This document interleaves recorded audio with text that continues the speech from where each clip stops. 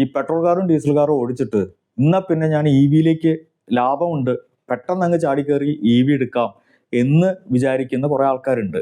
അങ്ങനെ എടുത്തവരും ഉണ്ട്.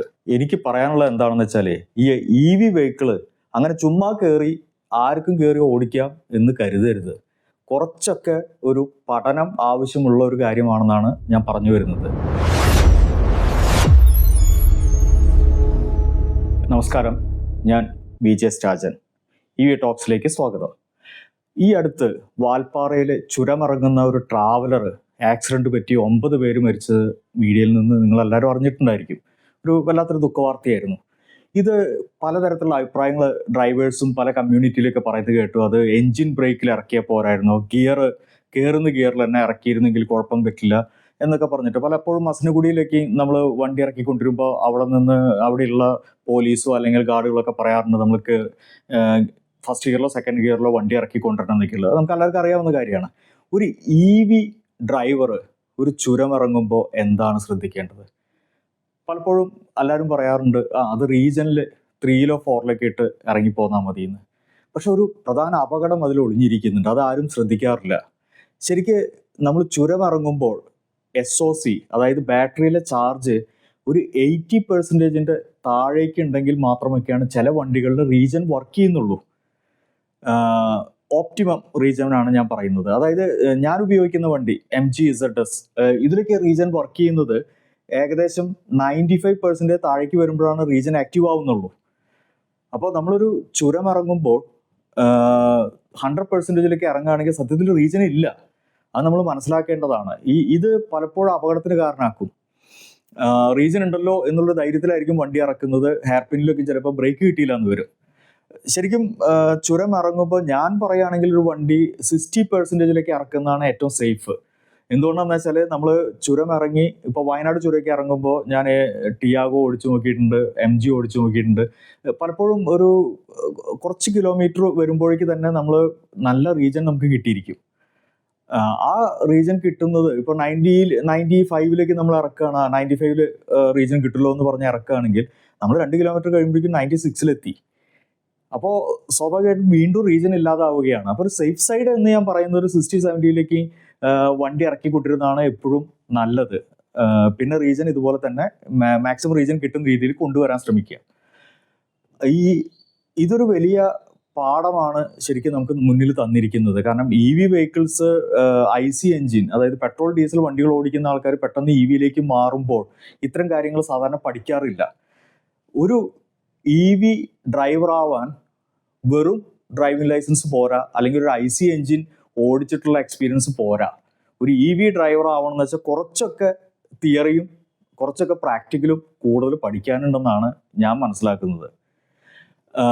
പല കമ്മ്യൂണിറ്റികളിലും പലപ്പോഴും ഇ വി യൂസേഴ്സിന്റെ കമ്മ്യൂണിറ്റികളിൽ പുതിയ IC എൻജിനിൽ നിന്ന് ഇ വിയിലേക്ക് വന്നിട്ടുള്ള ഡ്രൈവർമാർ പലതരത്തിലുള്ള ബുദ്ധിമുട്ടുകൾ പറയാറുണ്ട്. ഇപ്പൊ നിങ്ങളെല്ലാവരും കേട്ടിട്ടുള്ള ഒരു കാര്യമായിരിക്കും, ചില ഇന്ത്യൻ മേക്ക് വണ്ടികൾ ഇപ്പോഴും നമ്മൾ കൊണ്ടു നടക്കുമ്പോൾ, ഇന്ത്യൻ മേക്ക് ഒന്നല്ല, ചിലപ്പോൾ പുറമത്തെ വണ്ടികൾ കണ്ടിട്ടുണ്ട്, ഒരു 10ന്റെ സ്പാനർ നമ്മുടെ കയ്യിൽ വേണം. അതൊക്കെ ഒരുപാട് വൈറലായിട്ടുള്ള പല വീഡിയോകൾ അതിനെ കുറിച്ചിട്ടുണ്ട്. ഓക്സിലറി ബാറ്ററിയുടെ നെഗറ്റീവ് കട്ട് ചെയ്തിട്ട് വണ്ടി റീസെറ്റ് ചെയ്ത് വീണ്ടും ചിലപ്പോൾ ചാർജ് ചെയ്യേണ്ടി വരും, ചിലപ്പോൾ വണ്ടി എററുകൾ ക്ലിയർ ചെയ്യാൻ വേണ്ടിയിട്ട് അങ്ങനെ ചെയ്യേണ്ടി വരാറുണ്ട്. അത് പലപ്പോഴും ഇ വി കമ്മ്യൂണിറ്റിയിൽ തമാശയായിട്ട് പറയുന്നൊരു കാര്യമാണ്. എന്നിരുന്നാൽ പോലും ഇ വി ഡ്രൈവർ ആവാൻ ശ്രദ്ധിക്കേണ്ട ചില കാര്യങ്ങളും കൂടി ഞാൻ പറയുകയാണ്. അതായത് പ്രധാനമായിട്ടുള്ള കാര്യമാണ്, ഈ IC എൻജിന് ഇ വിയിലേക്ക് വരുമ്പോൾ ഇതിൻ്റെ മൃഗീയമായ ടോർക്കും ആക്സിലറേഷനും പലർക്കും മനസ്സിലാവുന്നില്ല. അടുത്തിടെ ഷോറൂമിൽ നിന്നൊരു ഇ വി വണ്ടി എടുത്തു പോയി ഒരു 10 കിലോമീറ്ററിനുള്ളിൽ ഒരു മതിൽ തകർത്ത് അകത്തേക്ക് കയറി എന്ന് പറഞ്ഞുള്ള ഒരു വാർത്ത ഞാൻ ശ്രദ്ധിച്ചിരുന്നു. അതിന് കാരണം എന്താ വെച്ചാൽ, ഈ IC എൻജിൻ ഉപയോഗിച്ച എക്സ്പീരിയൻസ് വെച്ചിട്ട് ഇ വി ഉപയോഗിക്കുമ്പോൾ ചിലപ്പോൾ അത് സ്പോർട്ട് മോഡിലേക്കാണ് പോയിട്ടിരുന്നെങ്കിൽ സ്വാഭാവികമായിട്ടും വണ്ടി ചവിട്ടി ചിലപ്പോൾ കിട്ടണമെന്നൊന്നുമില്ല. IC എൻജിൻ്റെ ഒരു എക്സ്പീരിയൻസ് വെച്ചിട്ട് നിങ്ങൾ ഇ വി വെഹിക്കിൾ പെട്ടെന്ന് സ്പോർട്ട് മോഡിലേക്കൊന്നും മാറ്റരുത്. എനിക്ക് തോന്നുന്നു 95% ഇപ്പോഴും വണ്ടി ഓടിക്കുന്ന ഇക്കോ മോഡിലാണ്. അത് കഴിഞ്ഞിട്ടാണ് നോർമൽ, അത് കഴിഞ്ഞിട്ടാണ് സ്പോർട്ട് മോഡ് വരുന്നത്. അപ്പോൾ ഇതൊരു വളരെ ഇതിനോടൊരു പൊരുത്തപ്പെട്ട് വരുന്നവരെ ദയവ് ചെയ്ത് ഒരു ഇക്കോ മോഡ് നോർമലിലേക്ക് ഇട്ട് കളിക്കുന്നതായിരിക്കും നല്ലത്. അതുപോലെ ഇ വിയുടെ ഒരു വളരെ ശ്രദ്ധിക്കേണ്ട ഒരു കാര്യമാണ് ഈ റീജൻ്റെ തന്നെ. നമ്മൾ റീജൻ കൂട്ടിയിട്ട് ടൗണിലൂടെയോ അല്ലെങ്കിൽ വേറെ സ്ഥലങ്ങളിലൂടെയോ പോകുമ്പോൾ പെട്ടെന്നുള്ള ബ്രേക്കിംഗ് ആയിരിക്കും വരിക. കാരണം റീജന്റെ ബ്രേക്കിംഗ് വരുന്നുണ്ട്, അതോടൊപ്പം തന്നെ ബ്രേക്ക് അപ്ലൈ ചെയ്യുമ്പോൾ പെട്ടെന്ന് വണ്ടി നിന്നു പോകും. സ്വാഭാവികമായിട്ടും നമ്മുടെ ഇവിടെ വണ്ടികൾ ഡ്രൈവർമാർ ശ്രദ്ധിക്കാതെ ഓടിക്കുന്നത് എങ്ങനെയാണെന്ന് വെച്ചാൽ ഒരു വണ്ടിക്ക് നേരെ പിന്നിൽ അടുത്ത വണ്ടി എന്നുള്ള രീതിയിലാണ്. സാധാരണഗതിയിൽ പിന്നിലെ ഡ്രൈവർ മുന്നിൽ പോകുന്ന വണ്ടിയുടെ റിയർ ടയർ കാണുന്ന രീതിയിൽ വണ്ടി അകലം പാലിക്കണം എന്നാണ് പറയുന്നത്. പക്ഷെ നമ്മുടെ ഇവിടെ നിന്ന് അത് പ്രായോഗികമായിട്ട് ആരും ചെയ്യാറില്ല. അപ്പോൾ സ്വാഭാവികമായിട്ടും ഇത് പിന്നിൽ വന്ന് ഇമ്പാക്റ്റ് വരാൻ സാധ്യതയുണ്ട്. അത് ശ്രദ്ധിക്കേണ്ട ഒരു കാര്യമാണ്. പിന്നെ നമ്മൾ പലപ്പോഴും EV വെഹിക്കിൾ എടുത്ത് പെട്ടെന്നുള്ള ടോർക്കും ആക്സിലറേഷൻ ആയതുകൊണ്ട് തന്നെ ഈ സീബ്രയിലൊന്നും ശ്രദ്ധിക്കാതെ വരികയാണെങ്കിൽ പലപ്പോഴും കാൽനട യാത്രക്കാർക്കോ ബൈക്ക് യാത്രികർക്കോ ഈ EV വെഹിക്കിൾ വരുന്നതിൻ്റെ ഒരു ശബ്ദം കേൾക്കില്ല. ഒരു മുരൾച്ചയോ അങ്ങനെ സംഭവങ്ങളൊന്നും ഇല്ല. അപ്പോൾ അവർ അശ്രദ്ധമായിട്ടായിരിക്കും, വണ്ടി പിന്നിലില്ലെന്നുള്ളൊരു ഭാവേനയൊക്കെ ആയിരിക്കും റിയർ വ്യൂ നോക്കുന്നതൊക്കെ, അല്ലെങ്കിൽ സൈഡ് മിററൊക്കെ നോക്കുന്നത് വളരെ അപൂർവമല്ലേ. അതില്ലെന്നുള്ളൊരു ഭാവേനയായിരിക്കും അവർ വണ്ടി ഓടിക്കുന്നുണ്ടാവുക. പെട്ടെന്നുള്ളൊരു ചെറിയൊരു അവരങ്ങോട്ടൊന്ന് തിരിയുകയോ വളയുകയോ ഒക്കെ ചെയ്തു കഴിഞ്ഞിട്ടുണ്ടെങ്കിൽ ഇമ്പാക്റ്റ് ആക്സിഡന്റ് ഉണ്ടാവാനുള്ള സാധ്യത വളരെ കൂടുതലാണ്. അതുപോലെ തന്നെ EV വെഹിക്കിളിന്റെ ബാറ്ററി വെയിറ്റ് എന്ന് പറഞ്ഞാൽ അത് വണ്ടിയുടെ സാധാരണ ഒരു IC മോഡല് കാറിന്റെ അതേ EV വെഹിക്കിൾ ആണെങ്കിൽ അതിന്റെ വെയിറ്റ് കൂടുന്നത് 300-400 കിലോ ഒക്കെയാണ്. അപ്പോൾ സ്വാഭാവികമായിട്ടും നമ്മൾ റീജൻ കുറച്ച് ഓടിക്കുമ്പോൾ, ഇപ്പോൾ 1ലേക്ക് ഇട്ട് ഓടിക്കുമ്പോൾ ചിലപ്പോഴൊക്കെ ഈ വെയിറ്റിന്റെ ഒരു ഇത് കാരണം നമ്മൾ ബ്രേക്ക് അപ്ലൈ ചെയ്യുമ്പോൾ നമ്മൾ വിചാരിച്ചോടത്ത് കിട്ടാതെയും പോകും. അതും ഒരു അപകടമാണ്. അപ്പോൾ അതും നമ്മൾ മനസ്സിലാക്കേണ്ടതാണ്.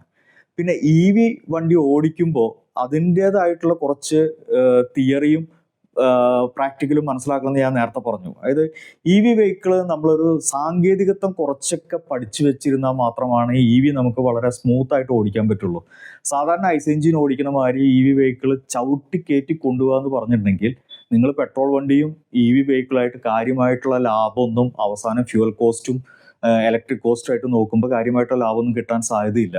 കാരണം എന്തുകൊണ്ടാണെന്ന് വെച്ചാൽ നമ്മളൊരു ഭയങ്കര ആക്സിലറേഷൻ കൊടുത്ത് ഓടിക്കുന്ന EV വണ്ടികൾ വളരെ പെട്ടെന്ന് തന്നെ ബാറ്ററിയുടെ ചാർജ് താഴേക്ക് ഇറങ്ങിപ്പോവും. അത് വളരെ ശ്രദ്ധിക്കേണ്ട ഒരു കാര്യമാണ്.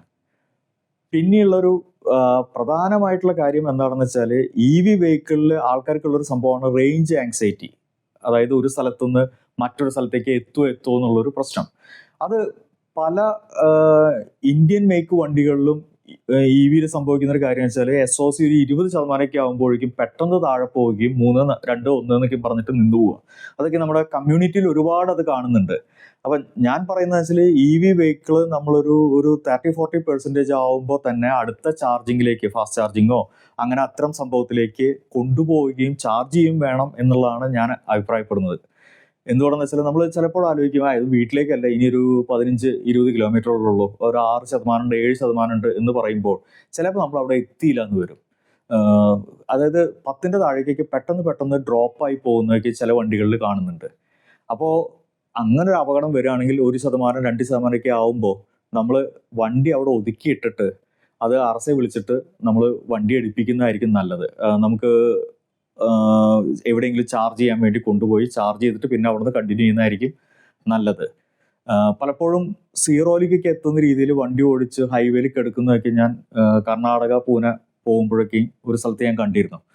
അപ്പോൾ ഇത്തരം കാര്യങ്ങൾ EVയിലേക്ക് വരുമ്പോൾ നമ്മൾ കുറച്ച് തിയറി, കുറച്ച് പ്രാക്ടിക്കൽ അറിയണമെന്ന് ഞാൻ പറയാനുള്ള കാരണം അതാണ്. പിന്നെ EV വെഹിക്കിള് സ്വാഭാവികമായിട്ടും വളരെ വളരെ വളരെ സുഖമാണ് ഓടിക്കാൻ. അതായത് ഇങ്ങനെ എന്താ പറയുക, നമ്മൾ അധികം മെനക്കൊടൊന്നുമില്ല. ഓട്ടോമാറ്റിക് ആയിരിക്കും EV വെഹിക്കിൾ. അത് കഴിഞ്ഞു കഴിഞ്ഞാൽ തന്നെ നമ്മൾ കാല് വയ്ക്കുമ്പോഴേക്കും പെട്ടെന്ന് പോകും. അപ്പോൾ ഇതിനൊരു വല്ലാത്ത രീതിയിലുള്ള ഒരു എക്സ്പീരിയൻസ് നമുക്ക് EVക്ക് നമുക്ക് തരാൻ പറ്റും. ശരിക്കും പറഞ്ഞാൽ അത് ആസ്വദിച്ച് നിങ്ങൾക്ക് വണ്ടി ഓടിക്കാൻ പറ്റുകയാണെങ്കിൽ വളരെ നല്ലത്. പക്ഷെ അതിൽ ഒരുപാട് റിലാക്സ് ആയിട്ട് നമ്മൾ റോഡ് ശ്രദ്ധിക്കാതെ വണ്ടി ഓടിക്കുകയാണെങ്കിൽ അത് അപകടത്തിലേക്കും പോകാനുള്ള സാധ്യതയുണ്ട്. അതുപോലെ തന്നെ EVയിൽ ശ്രദ്ധിക്കേണ്ട ഒരു കാര്യമാണ്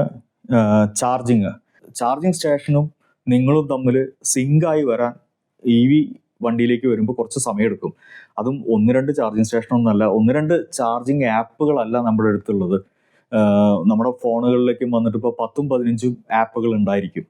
അപ്പോൾ സ്വാഭാവികമായിട്ടും നമ്മൾ ഓരോ ചാർജിങ് സ്റ്റേഷനെ കണ്ടെത്തുകയും ആ ചാർജിങ് സ്റ്റേഷനിൽ നിന്ന് ചാർജ് ചെയ്യുകയും അവിടെ എന്തെങ്കിലും എറർ വരുമ്പോൾ അടുത്ത സ്ഥലത്ത് വീണ്ടും പോകേണ്ടി വരിക, ഇങ്ങനെയൊക്കെയുള്ള സംഭവങ്ങൾ. ചിലപ്പോൾ ചാർജിങ്ങിൽ ഒരു എറർ വരും, അപ്പോൾ നമ്മളൊരു 10ന്റെ സ്പാനർ എടുക്കേണ്ടി വരും.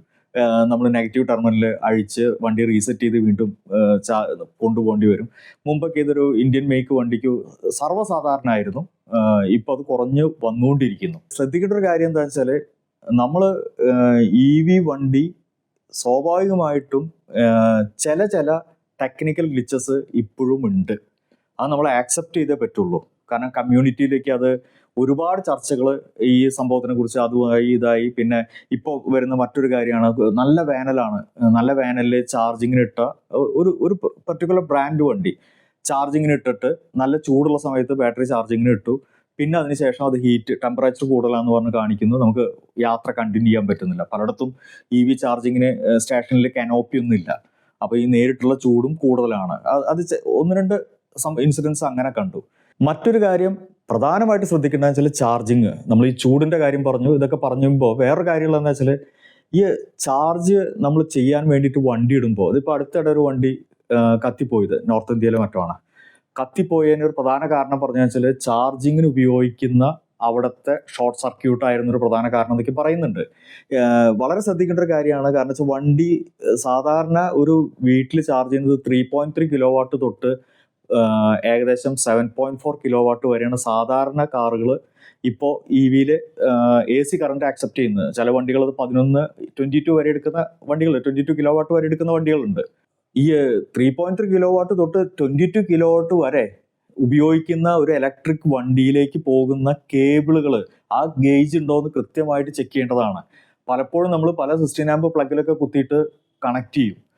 അപ്പോൾ അത് പിന്നീട് ഹീറ്റ് ആവും, പിന്നെ കേബിൾ കത്തും, അല്ലെങ്കിൽ അതിൻ്റെ ചാർജർ പോവും, വണ്ടിക്ക് പ്രോബ്ലം വരുന്നുണ്ട്. അപ്പോൾ സ്വാഭാവികമായിട്ടും നമ്മൾ ക്വാളിറ്റി ഉള്ള ഒരു സിസ്റ്റം നമ്മൾ ഉണ്ടാക്കിയിരിക്കണം വണ്ടി ചാർജ് ചെയ്യാൻ വേണ്ടിയിട്ട്. EV വണ്ടിയുടെ മറ്റൊരു പ്രധാന കാര്യം ശ്രദ്ധിക്കേണ്ടത് വെച്ചാൽ, EV വണ്ടി ആക്സിഡന്റ് ആയി കഴിഞ്ഞിട്ടുണ്ടെങ്കിൽ, എല്ലാവരും വിചാരിക്കുന്നുണ്ട് EV വണ്ടി ആക്സിഡന്റ് ആയ ഉടനെ കത്തും എന്നൊക്കെ പറയുന്ന രീതിയിൽ. അങ്ങനെയൊന്നുമില്ല. സേഫ്റ്റി മെഷേഴ്സൊക്കെയുള്ള ബാറ്ററി തന്നെയാണ് EV വണ്ടികളിൽ യൂസ് ചെയ്യുന്നത്. പക്ഷേ ഈ ആക്സിഡന്റ് ആയ വണ്ടി അവിടെ നിന്ന് മൂവ് ചെയ്യുമ്പോഴും ഒക്കെ വളരെ ശ്രദ്ധ വേണ്ട ഒരു കാര്യമാണ്. സാധാരണ ഒരു എന്താ പറയുക, IC എഞ്ചിൻ്റെ വണ്ടി എടുത്ത് കൊണ്ടുപോകണ മാതിരി നേരെ ക്രെയിൻ എടുത്ത് തൂക്കി വെച്ച് ഇട്ട് അങ്ങനെയൊന്നും കൊണ്ടുപോകരുത്. കാരണം എവിടെയോ ഒരു ആക്സിഡന്റ് ആയ വണ്ടി വന്നിട്ട് പോലീസ് സ്റ്റേഷനിലേക്ക് നീക്കി അവിടെ കൊണ്ടുപോയിട്ട് അപ്പോൾ അവിടെ വെച്ച് കത്തിപ്പോയി എന്ന് പറയുന്നുണ്ട്. കാരണം ഈ ബാറ്ററിയിലേക്ക് വരുന്ന ഇമ്പാക്റ്റ് ചില കെമിസ്ട്രി NMC കെമിസ്ട്രിയിലേക്കും കുറച്ചും കൂടി ചിലപ്പോൾ കത്താനുള്ള സാധ്യത കൂടുതലാണ്. പ്രധാനമായിട്ട് ശ്രദ്ധിക്കേണ്ടതെന്ന് വെച്ചാൽ, ഈ ബാറ്ററിക്ക് കാര്യമായിട്ടുള്ള ഇമ്പാക്റ്റ് പറ്റിയിട്ടുണ്ടെങ്കിൽ വളരെ ശ്രദ്ധയോട് കൂടിയിട്ട് വേണം അത് ഹാൻഡിൽ ചെയ്യാൻ വേണ്ടിയിട്ട്. ആ വണ്ടി പിന്നീട് നമ്മൾ അവിടെ നിന്ന് മൂവ് ചെയ്യുമ്പോഴും അത് അവിടെ ഇടുമ്പോഴും ഒക്കെ നമ്മൾ കുറച്ച് കെയർ എടുക്കേണ്ടത് അത്യാവശ്യമാണ്. കാരണം അതിൽ ആക്റ്റീവായിട്ടുള്ള വളരെ കപ്പാസിറ്റി ഉള്ള ഒരു ബാറ്ററി ഉണ്ട്, അത് ശ്രദ്ധിക്കേണ്ടതാണ്. അപ്പം ഇതേപോലെയൊക്കെയുള്ള ചില ബുദ്ധിമുട്ടുകളൊക്കെ ഉണ്ട്. പക്ഷെ അതൊക്കെ നമ്മൾ കുറച്ചൊക്കെ ഒന്ന് പഠിച്ചു കഴിഞ്ഞാൽ ഇത് വളരെ ഈസി ആയിട്ട് നമുക്ക് സോർട്ട് ചെയ്ത് പോകാവുന്ന കാര്യങ്ങളേ ഉള്ളൂ. അപ്പോൾ EV സത്യത്തിൽ ഒരു വളരെ സുഖകരമായ യാത്രയ്ക്ക് ഉപയോഗിക്കാവുന്ന ഒരു വണ്ടിയാണ്. അതിൽ ചെറിയ ടെക്നിക്കൽ കാര്യങ്ങൾ നമ്മളൊരു കമ്മ്യൂണിറ്റിയിൽ കയറുക. അത് ഇപ്പോൾ എനിക്കൊക്കെ അറിയാവുന്ന ഒരു കമ്മ്യൂണിറ്റി ഉണ്ട്. അത് തമാശ എന്താണെന്ന് വെച്ചാൽ, ടാറ്റ നാനോ വന്നിട്ട് നാനോയുടെ ഷെല്ലിൽ JM Neo എന്ന് പറഞ്ഞൊരു കോയമ്പത്തൂർ കമ്പനി കുറച്ച് EV വെഹിക്കിൾ ഇറക്കിയിരുന്നു, 400ഓളം വണ്ടികൾ. അപ്പോൾ ആദ്യകാലത്ത് ആ വണ്ടി എടുത്ത ആളുകളിൽ ഒരാളാണ് ഞാൻ. ഞങ്ങളൊരു 3-4 പേര് കൂടിയിട്ടൊരു വാട്സപ്പ് ഗ്രൂപ്പ് തുടങ്ങി. അതിൻ്റെ കംപ്ലയിൻസ് സംഭവങ്ങൾ, അത് സർവ്വസാധാരണമായിരുന്നു ആ വണ്ടിയിൽ കംപ്ലയിൻറ്റുകൾ. അപ്പോൾ ഞാൻ, റോബിൻ, പിന്നെ അതുപോലെ മനോജ് ഭായ്, വിഷ്ണു എന്നൊക്കെ പറയുന്ന ഞങ്ങൾ കുറച്ച് പേര് കൂടിയിട്ടാണ് ആ ഒരു കമ്മ്യൂണിറ്റി സ്റ്റാർട്ട് ചെയ്തത്. ഇന്നിപ്പോൾ സത്യം പറഞ്ഞാൽ കേരളത്തിൽ ഈ JM Neo എന്ന് പറയുന്ന നാനോയുടെ, നിങ്ങൾ കണ്ടിട്ടുണ്ടായിരിക്കും, ഒരു പച്ച നമ്പർ ബോർഡായിട്ട് പോകുന്ന നാനോ, അതാണ് JM Neo. ഈ JM Neo 100-ലധികം വണ്ടികൾ കേരളത്തിൽ ഓടുന്നുണ്ട്. അപ്പോൾ ഈ ഗ്രൂപ്പിൽ നിന്ന് തന്നെ അതിന് ടെക്നീഷ്യൻ ഉണ്ടായി വന്നു, ആ വണ്ടി റിഫൈൻഡ് ആയി. അപ്പോൾ ഞാൻ പറഞ്ഞുകൊണ്ടിരിക്കുന്നത് വെച്ചാൽ, പലപ്പോഴും ഇന്ത്യൻ മേക്ക് വണ്ടികൾ നമ്മളിലൂടെ പഠിച്ചിട്ടാണ് അവർ റിഫൈൻഡ് ആവുന്നത്. ചില പുറമെന്ന് വരുന്ന വണ്ടികൾ, ഞാൻ ബ്രാൻഡ് എടുത്ത് പറയുന്നൊന്നുമില്ല, എന്നിരുന്നാൽ പോലും ചില പുറമത്തെ വണ്ടികൾ അവർ പല മാർക്കറ്റിൽ പഠിച്ചും ഒരുപാട് എക്സ്പെരിമെൻ്റ് നടത്തിയിട്ടും റിഫൈൻഡ് ആയിട്ടാണ് ഇന്ത്യൻ മാർക്കറ്റിലേക്ക് വന്നിരിക്കുന്നത്. പല ഇന്ത്യൻ ബ്രാൻഡും നമ്മളിലൂടെ പഠിച്ചിട്ടാണ് അവർ റിഫൈൻഡ് ആയിക്കൊണ്ടിരിക്കുന്നത്. അപ്പോൾ പറഞ്ഞു വരുന്നത് എന്താണെന്ന് വെച്ചാൽ ഇ വി ഓടിക്കാൻ വളരെ ലളിതമാണ്. പക്ഷെ ഇ വി ഓടുന്നത് എങ്ങനെ എന്നുള്ളത് കുറച്ചൊക്കെ നമ്മൾ പഠിച്ചിരുന്നാൽ നമുക്ക് ഇ വി ഓടിക്കുമ്പോൾ കുറച്ചൊരു കോൺഫിഡൻസ് വരും. പിന്നെ പരിസ്ഥിതി സൗഹാർദ്ദപരമായിട്ടുള്ളൊരു വണ്ടിയാണ്. ഇനി ഫ്യൂച്ചർ ഇ വി തന്നെയാണ്. മറ്റൊരു കാര്യമുള്ളത് എന്താണെന്ന് വെച്ചാൽ ഈ സോളാർ ഉപയോഗിക്കുന്ന ആൾക്കാരെ സംബന്ധിച്ച് സീറോ ഫ്യുവലിലാണ് ഈ ഇ വി വെഹിക്കിൾ ഓടിക്കൊണ്ടിരിക്കുന്നത്. എനിക്കൊക്കെ പരിചയമുള്ള ആൾക്കാർ വന്നിട്ട് ഇന്നേ വരെ പുറമെ പോയിട്ട് ഞങ്ങൾ ചാർജ് ചെയ്തിട്ടില്ല, അതിനുവേണ്ടി നയാ പൈസ മുടക്കിയിട്ടില്ല എന്ന് പറയുന്ന ചില ആൾക്കാരെ വരെ കമ്മ്യൂണിറ്റിയിൽ കണ്ടിട്ടുണ്ട്. അപ്പോൾ ഇന്നത്തെ ഇനിയിപ്പോൾ യുദ്ധത്തിൻ്റെ പ്രശ്നങ്ങളൊക്കെ നടന്നുകൊണ്ടിരിക്കുകയാണ്. എലക്ഷൻ കഴിഞ്ഞു, റിസൾട്ടൊക്കെ വരുന്നതോടൊപ്പം നമുക്ക് പെട്രോളിൻ്റെ റിസൾട്ടും കൂടി അറിയാം. അപ്പോൾ ഇതൊക്കെ വെച്ച് വരുമ്പോൾ ഇനി അങ്ങോട്ടൊരു പെട്രോളിൻ്റെ വില കൂടുതലൊക്കെ വരുമ്പോൾ ഇ വിയിലേക്ക് കൂടുതൽ ആൾക്കാർ വരും. അപ്പോൾ എന്തായാലും എല്ലാവരും ഒരു ഇ വി യുഗം വന്നുകൊണ്ടിരിക്കുകയാണ്. 2030 ആകുമ്പോഴേക്കും ഇന്ത്യയിലെ 25-30% വണ്ടികൾ ഇ വി ആയി മാറിയിരിക്കും. Even bus, truck, car, scooter ഇങ്ങനെയൊക്കെ പറയുകയാണെങ്കിൽ എല്ലാം ഇ വിയിലേക്ക് മാറിക്കൊണ്ടിരിക്കുകയാണ്. നമുക്ക് ആകെ പേടിക്കേണ്ട ഒരു കാര്യം ആ 30 ആകുമ്പോഴേക്കും ഇപ്പം തന്നെ വൈദ്യുതി നിയന്ത്രണമൊക്കെ വന്നു കഴിഞ്ഞു. ഇനിയിപ്പോൾ 30 ആകുമ്പോഴേക്കും വൈദ്യുതിക്ക് പെട്രോളിനേക്കാൾ വില കൂടുമോ എന്നുള്ളൊരു ഭയവും എനിക്കുണ്ട്.